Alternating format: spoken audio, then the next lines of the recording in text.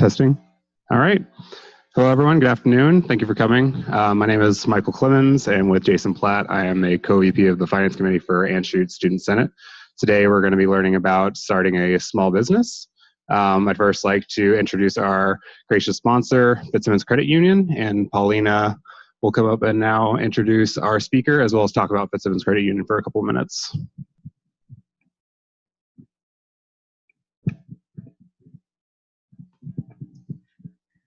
Hi, everybody. I guess I should speak to the side. Well, there's like nobody in the middle. Let's move. So I'm Paulina with Fitzsimmons Credit Union, and we are the credit union on campus. We're at 23rd and Fitzsimmons Parkway. We've been actually on campus since 1955. They've moved us around quite a bit, but we are the original credit union on campus.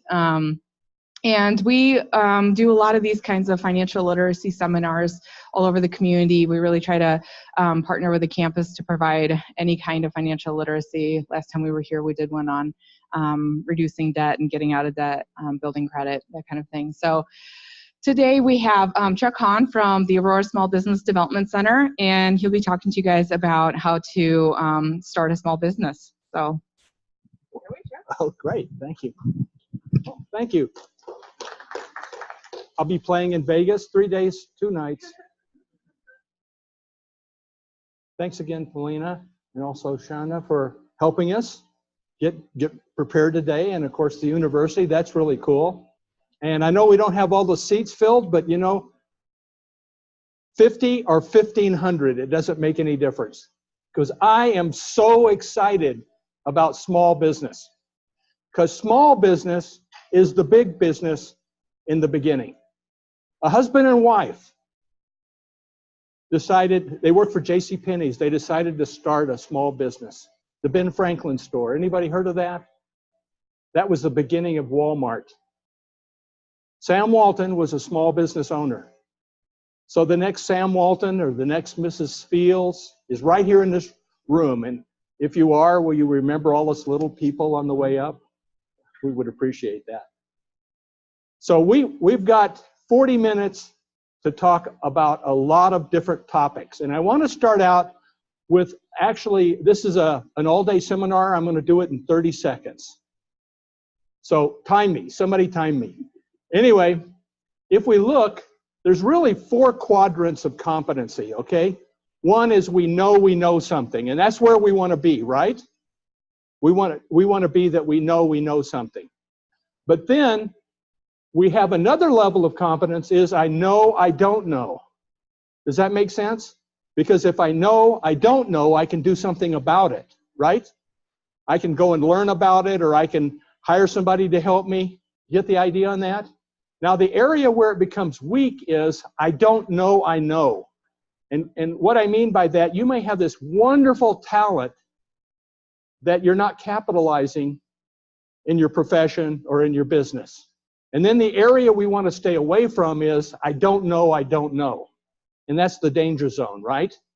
So if you walk away today with getting 1 or 2 items saying to yourself, well, I didn't know that, then we've accomplished something, right? And so that's my chore, is to give you that information. So there's lots of people, we meet with lots and lots of people, and I'll tell you about what we do, okay, a little bit later in the presentation. But we work with a lot of businesses, and I got to be honest with you, most of them fail. 80% fail in the first 5 years. Now the good news is none of you are going to be part of that percentage, right? Wait, I didn't hear you. None of you are going to be part of that percentage, right? That's right. I thought I heard an amen somewhere in there. Yeah. Because you're here and you're learning, right? One of the things we might learn, and hey, maybe I shouldn't start a small business. Is that a bad outcome if we learn that we shouldn't start a business? No, I light off the cannons. I say, wonderful. Go and have that wonderful career, okay? Because it's tough being a small business owner. However, Mark Twain said, if you do something you love the rest of your life, you'll never work the rest of your life. And I know that's the career path that you're working on, and I admire each and every one of you for doing that. Okay, I know it's tough, but you're tougher, right? Oh, I wish I'd heard another amen there. So this is what we're going to cover. Avoiding failure. What do you think about that? Let's don't fail, okay? Tools and tips. I want you to walk away with wonderful resources, and hopefully you all got our collaterals. You've got a copy of the seminar that we're talking about. You've got a copy of the business model canvas. I'm going to talk more about that, and a little how-to, but there's lots of stuff on the internet that you can take advantage of. Okay, staying compliant. We're going to talk about the rules and regs, because there is rules and regs. Getting funded. Funding's the fuel of business, right? And so that's really important, and some of you may have student loans and are concerned about that conflicting with you getting a business loan. And there's some really good news out there that there's a lot of lenders that want to make sure you're successful if you do start a business. Okay, and then what are the next steps? What should we do after we've had this few minutes together? I think that's really important. So what I don't have for you, but I have it online, that's the good news, is the Colorado Business Resource Guide. So I'm going to give you a link where you can get the Colorado Business Resource Guide. And you're going to think I had too much time on my hands, but I actually went to every state looking for their guide, okay? We have the very best one right here in Colorado. Really, seriously, we have the very best one. And so if I go to the table of contents, there's just a massive amount of information that it's going to direct you to. Your legal structure, all the taxes, we have to pay taxes. I won't go on and on about those things, but I would encourage you to download that. Now, based on how many people we have right here, I think I might have enough for all of you to take home a hard copy if you want to, okay? So stop by. I've got about 25 of them, okay? So this is a really good tool, though. So again, I was talking about resources. This is one I definitely want you to have. Go through it, and it's going to answer a lot of your questions. That make sense? Thank you. Yeah. So what do you need to know in order to start a business? And I know it's in your handout, but don't look at it. Okay. I mean, what are the things that you need to start that business? Yeah, how much is it going to cost? And actually, that's the third reason why businesses fail. They're underfunded. We're too optimistic. Wow, if I only had $1,000, that's all I need. Well, it took $3,000 because we really didn't do our due diligence to find out what it really costs. What else do we need to know? Yes. Yeah, the competition. And there's always competition. And you're around competition all the time. If you get out here on the freeway, believe me, it's very competitive, right? I mean, we're always competing. But we can also be competitive and not be aggressive, right? Sometimes our competition is also our collaborators. We actually do joint ventures and work together. If you remember, any of us remember the T-Rex project on I-25, where we added an additional 2 lanes on I-25, and that was done with 2 fierce competitors. But they couldn't do it alone, so they joint ventured together. It was kumbaya on the I-25, and all the rest of it was basketball on concrete. Okay, so sometimes our competition is going to be important, and we have tools to help you find competition. Okay, what else do we need to know? That's okay. Let me just throw out a few. First of all, we have to know ourselves. Do we have the tolerance for running a business, right? I mean, we really need to understand that. And a good place to find that is talking to people who do what you want to do and are successful at it. And benchmark them. Original thought is highly overrated. We're going to rob and steal all their great ideas and claim them as our own, okay? And we need to know about Our competition, we talked about that. We also need to know about our customers. What are their wants, needs, and desires? What's going on in the industry? Are we still manufacturing 8-track tapes? And what's this drone thing?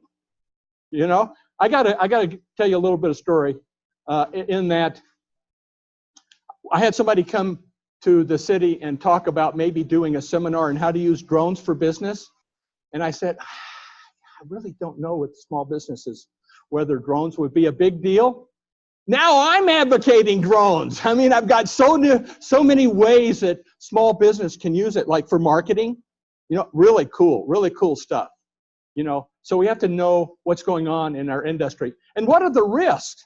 What happens if I fail? Will I have a soft landing? So for instance, maybe we mitigate some of that with insurance. Okay, so those are some things that we need to know. So what does it take? And again, I know I've given you most of the answers in the handout, but what does it take to be a small business owner? Silence fell over the room like a wet blanket. You're not getting away until you give me an answer. What does it take? Money, yeah. From us, though, yeah, perseverance, right? In fact, we have to look at failure as an opportunity to learn. There was a gentleman who was coming back from New York. He owed $22,000. He was bankrupt. And that doesn't sound like a lot of money, but it was in 1921. This was his third failure. And he and his wife were on the train, because we used to ride on trains. Again, this was in the 20s. And he said, I've got an idea for a new business. I'm going to have a cartoon about a mouse. And I'm going to call him Mortimer. And his wife said, you know, I love the name Mortimer, but it would be so much better if you called him Mickey. Walt Disney. How many people knew that Walt Disney was a failure? We have one, right? Okay, we got quite a few. That's good. Yeah, even when he was a success, a monetary success, he was sort of a rascal. I mean, he had most of his people walk out on it. So we have a good idea, right? What does it take? Passion. Lee Iacocca, which you probably don't remember, but he ran Chrysler. He said nothing gets done without passion. And he was passionate. He rebuilt the Statue of Liberty during the time that he said that. Independence, leadership, hard work ethics. One of the things that I passed up, though, is good health and energy. Because you're passionate people, you're going to be working many, many hours. And you're in the medical field, but you need to take care of yourself. You need to have a balanced life. And it's real easy for me to say that because I'm a workaholic. Okay? But we have to take care of ourselves, right? Because you are the only one of you that we have. Okay? So you have to take care of yourself. So what's the downside of starting a small business? We said failure, right? And we're going to be responsible for those loans. You know, we're going to have to fire those employees. You know, that's going to be a really bad thing. So again, I've given you a list of some of the disadvantages. Sales fluctuation, then we can't pay our bills. So we need to have contingencies for those things. So there is a little analysis that you can go to, and it's about 50 questions. And just go through that and see if you have the tolerance to be a small business owner. So now I want to tell you, what the heck do we do? Okay, everything that we do is all about you. Oh wait, that was sort of snappy. Anyway, we have several core services. The first is our free, I like to say priceless, our free consulting. And it's confidential, and it's so confidential, I can't even say that you're a client, let alone what we talk about. Okay, and you can come in and talk to us any area of business, because we have lots and lots of people that either work as part of the Small Business Development Center network, or we have people outside of that that also help our clients. Okay, so consulting, counseling is one of the first ones. The next one is the city. We have city resources that can help you. Okay? For instance, we have Tim Ganurka, who's a retail specialist, if you're looking for that site for your medical center in Aurora. Now, I know many of you will probably not be, maybe not be in Colorado, right? But all these types of services are available to you regardless of what state you go to. And so we put, though, for the folks that are going to be in Aurora or in Colorado, we put the power behind those businesses from the city. And then we do workshops and seminars, lots and lots of them. Right now we're winding down the end of the year, but we'll have a whole bunch of new seminars. All you have to do is go to our website, and it's on all the collaterals that I gave you. Okay? How are we doing? Okay. Thank you. She's keeping me honest here. And then funding. We help you find that funding. So we work with traditional, non-traditional lenders. We even have a little revolving loan fund program with the city for small businesses. Most of it's out in working in the city, but we can help you through that whitewater of finding the funding, okay? We do lenders panels. You can come in and talk to all those people. And just like the Fitzsimmons Credit Union has been on some of those, I believe. And so anyway, we have lots and lots of resources when it comes to funding. Now, I want to talk about really quickly one of the tools, the business model canvas, okay? And if you didn't pick one of those up, I would encourage you to pick it up. And you're all YouTube people. There's a ton of YouTube videos about the business model canvas. But when I first saw this, I went, I should have invented that. I should have created that. Because I'm a sticky note guy. Anybody here use sticky notes at all? Am I the only person? Sticky notes, right? We use this and sticky notes. So we populate this with our hypothesis, which is a $10 word for guesses, right? With sticky notes, and then we go out and we prove our ideas. That's the power of this. And we rip off the sticky notes and we put the new sticky notes of what we learned. We encourage you to write a business plan. How many businesses start with a comprehensive business plan? By percentage. 35? What would you think? Yeah. That's your 23%. 80% fail, and only 23% write a plan. Do you think there's some kind of a relationship with that? I don't know. I'm just talking. Yes? That's all small businesses. I might be able to find something on medical. Put me to task on that. I'll send you a business card. And, okay? Good. That's a good answer. Good question, I should say. So you're going to write a plan, okay? You're going to write a plan, but it's very sequential.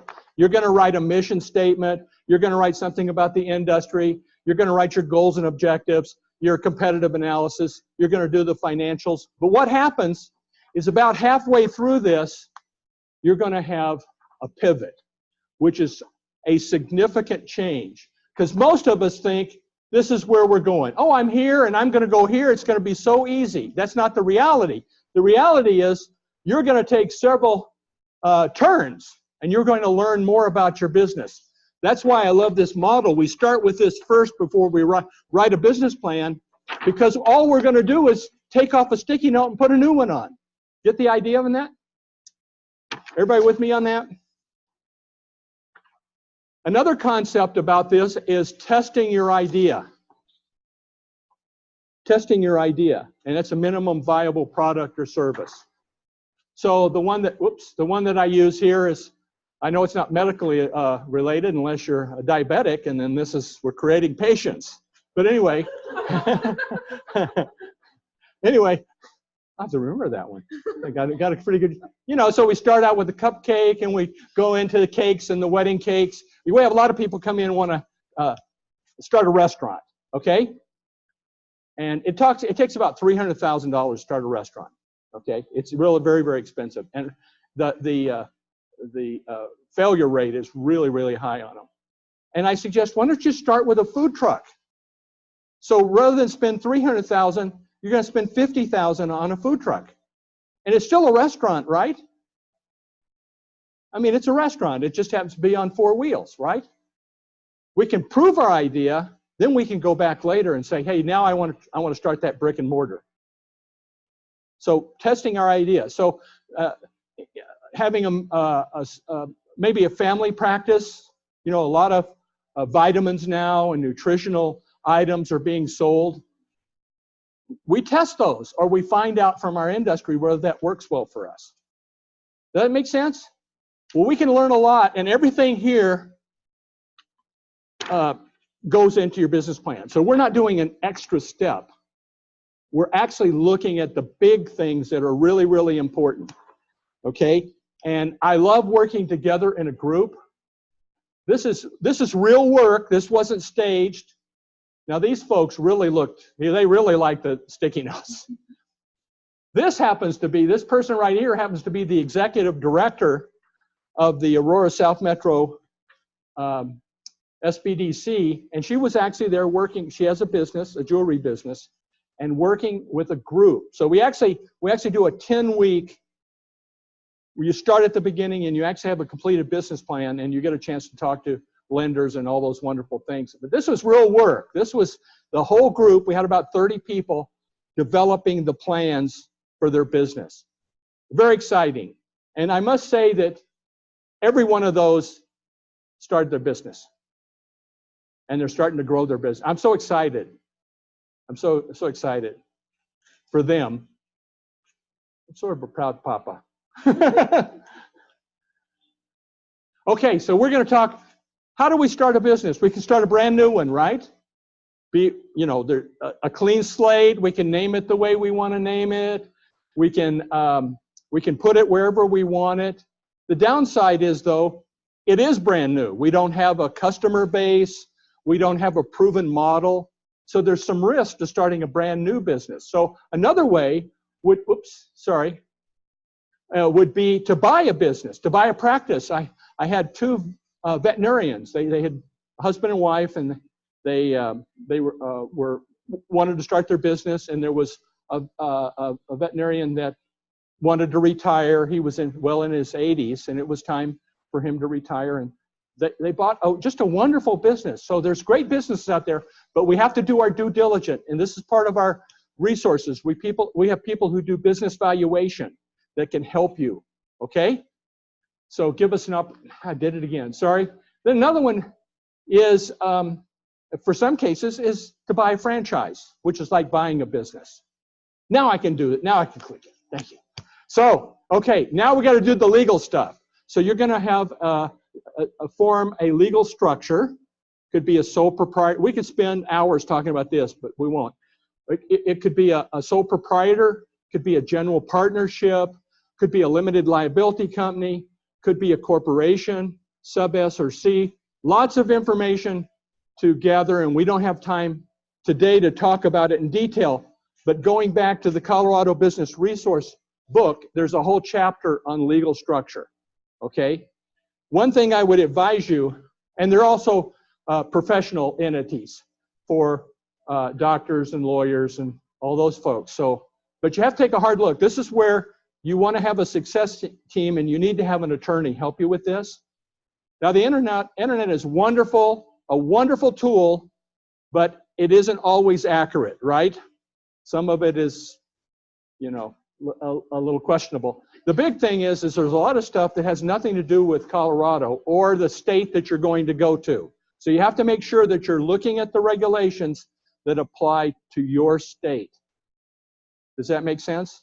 Because every state could be radically different. And you got to go in with your eyes wide open, because there's lots of advertisement about, you should register your business in Vegas, because you don't have to pay any sales tax. Well, that's true. But you have to pay almost $1,000 for a registered agent every single month. They don't tell you that.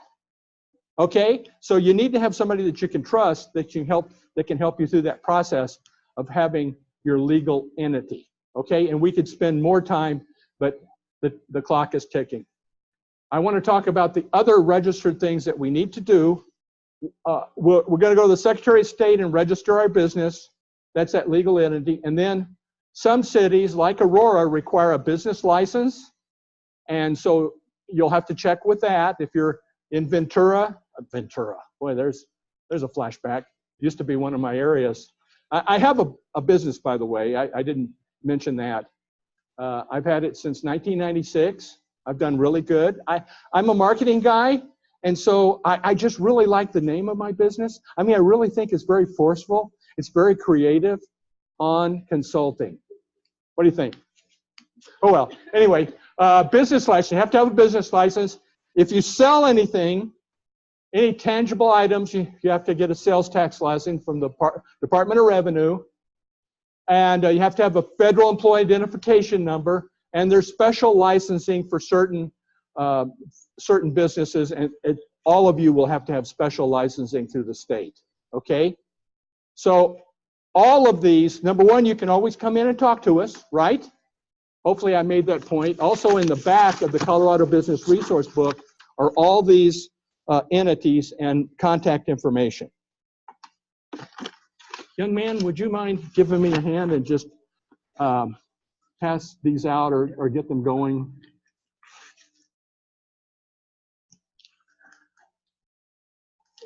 So, excuse me? 10 minutes. Oh, good.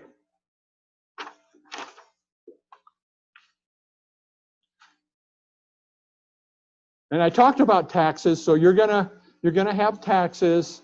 You're gonna have your obviously your income. And it depends on what your relationship to your business is. Again, I wish we could go into more detail about that, but come in and see. Actually, you would want to talk to my colleague. I'm primarily marketing, SEO, website development, those type of things.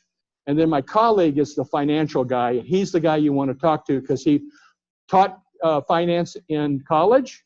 He worked for the IRS, and he also worked in the banking industry. So he knows where all the skeletons are hidden in terms of how to make things happen.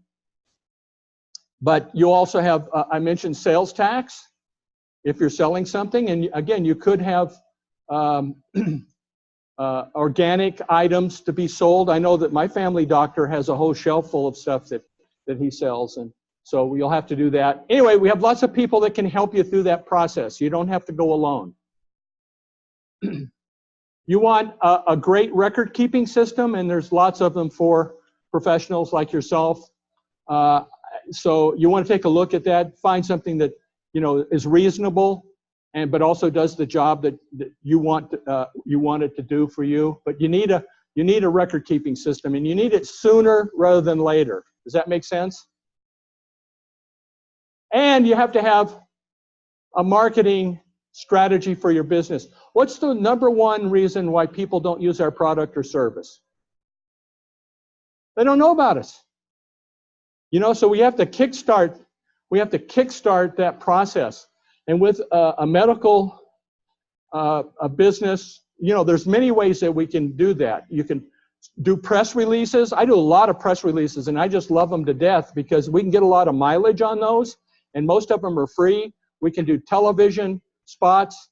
Like the city of Aurora, we have Channel 8, and I have 4 or 5 of my clients, I've been able to get them on Channel 8. We'll get the video from that. In fact, we're doing a video right now, right? We'll get some mileage out of this video. And so we want to kickstart that business. Marketing is so important because we want our clients or patients to encourage other people to come to our practice, right? And we want to be out in the community. So you might be joining the Chamber of Commerce as an example, and do community activities, maybe do some volunteer work, get those t-shirts with the name of your business, your practice, I should say, and wear those when you're, working in the community.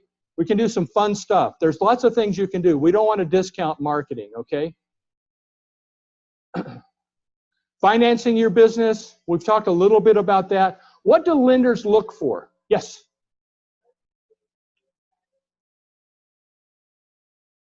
We do. One thing is really important is to take the mystery out of it. I mean, and there's so many different people that say so many different things. It's conflicting and confusing. And so what we want to do is focus on the things that work and not work on the things that don't work. Okay? And I know it's sort of funny, but I mean to sift through all of those things. I'll just give you one there really quick. It's always been the top one, and it's still the top one, okay? And that's just really good content. Really, really good content. Because we always sell, we always have people. We don't, there's Google and there's Bing and all of those, but we always, our customers are always people. So we want to talk with people. And Google and Bing really factor that in. And artificial intelligence is becoming much, much greater. But just really, really good content, spending time. And then having the right search terms, which we call keywords, but have the right search terms. So there's ways to go about that. Okay, so I have there's a little unit, maybe I can't show you, but anyway, there's a little unit that has my PowerPoint that we put into the computer. What do you call it? What do you call it? USB? What do you call it? USB, sir? CMC. So, but you can get the idea, right? How do we really search? So there's tools to help us with that. So that was a long answer for about SEO, right? But we have to track it. We can't just have a website. We got to track it, right? If you don't have anybody come to your website, you're just making yourself happy, right?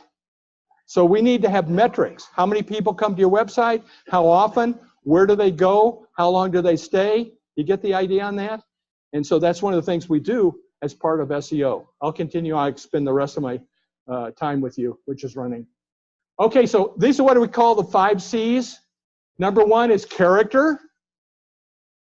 We want to know if you're of good character, so your credit score is going to be one of those things.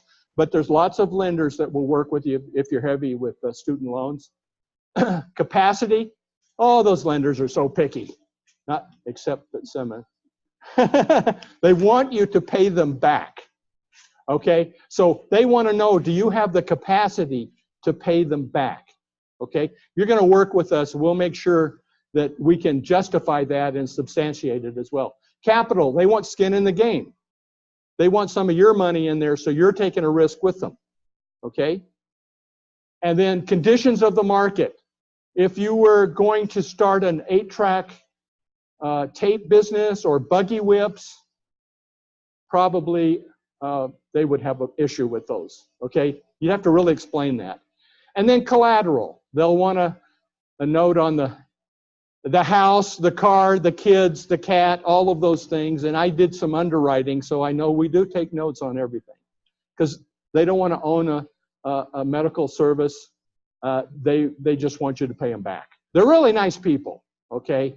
But they have shareholders that they're responsible to, and so they have to exercise good judgment, okay? But we're going to help you through that process. Any questions? You want that really great business plan. And that's one of the things that we're really good at, is helping you develop your business plan. I collect them. They're nothing confidential, but there's a lot out on the internet. I collect them by industry. The library system has over 600 business plan samples for you. And so, again, we've got lots of resources. We do a half-day workshop. We do an all-day workshop. And we do a 10-week workshop. Is there any veterans here? Any veterans at all? Raise your hand. Any veterans at all? Huh? Oh, thank you for your service, number one. And even though they're not here, I want to give them a round of applause, our veterans, okay? And we have a program called Boots to Business. That's for people that are still in the military that are going to be exiting out. And then we have a reboot, which are people that have left the military. Those are fantastic programs, and they're free to veterans. We're in the business plan side of this, okay? So if you know a veteran or a spouse or significant other, let them know about that, because we want, to give that away. Okay, it's a small business administration program. We just help out. You got to have a success team. Michael Gerber wrote the book, The E-Myth. Any of us read that book? Right. It's a good book, isn't it?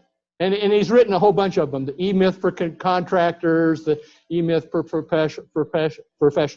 easy for me to say, professionals. But one of the things he talks about is you have to have a success team.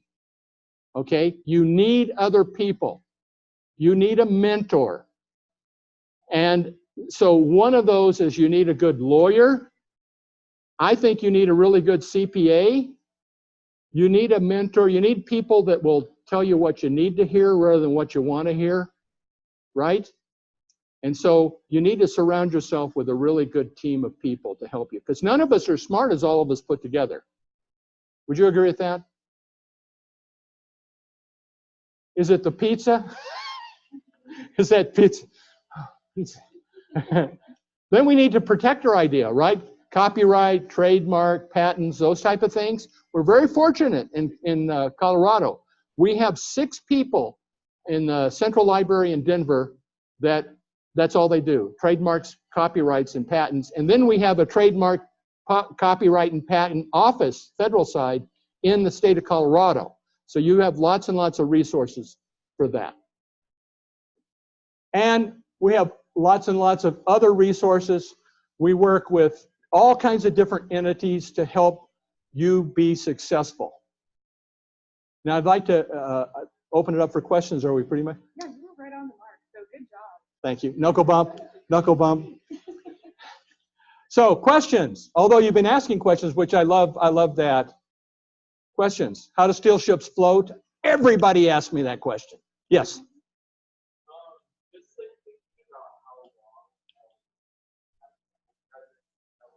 Yeah.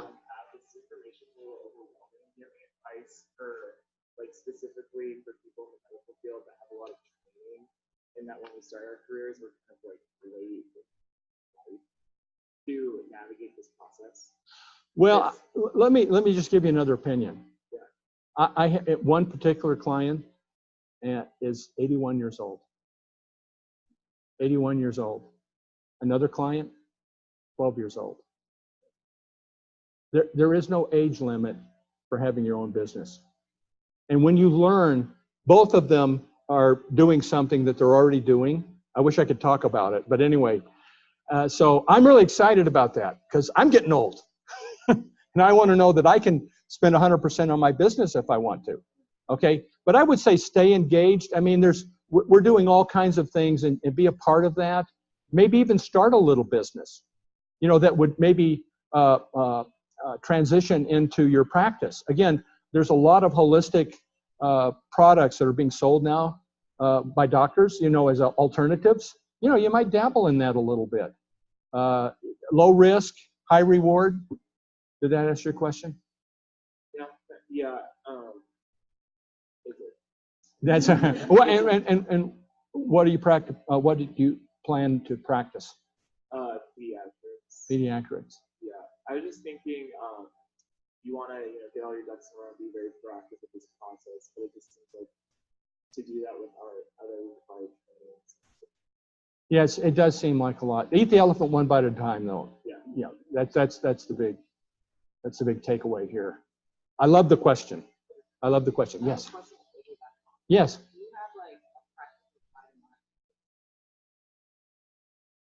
We do. We do have one. If you got my business card, it should have an email on there.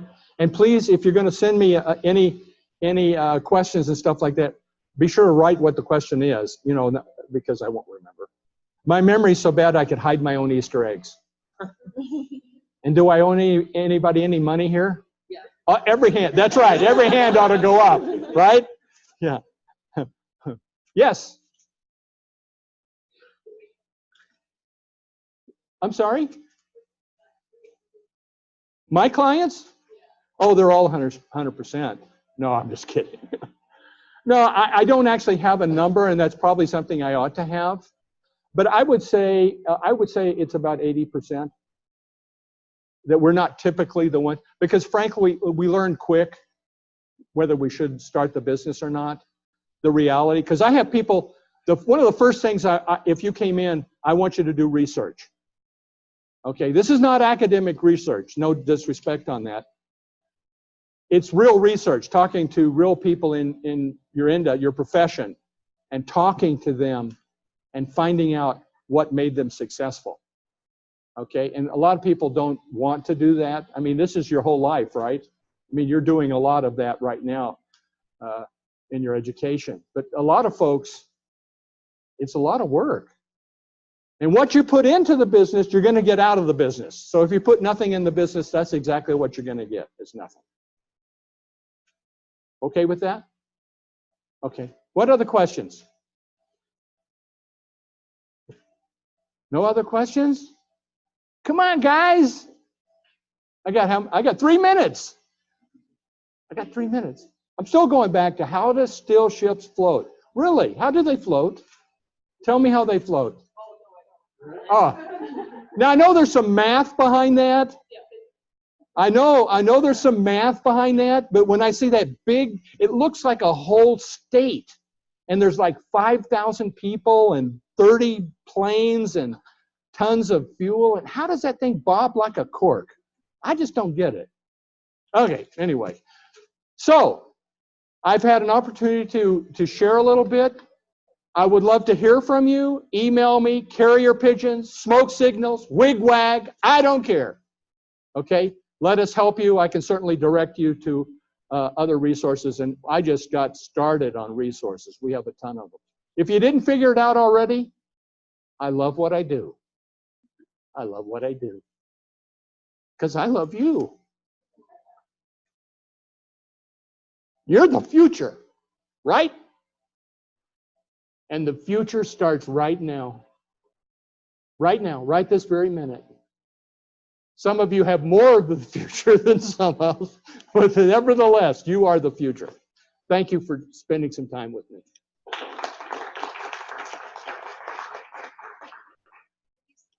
If anyone wants any extra, please take it. Please take it. There's so much people back there.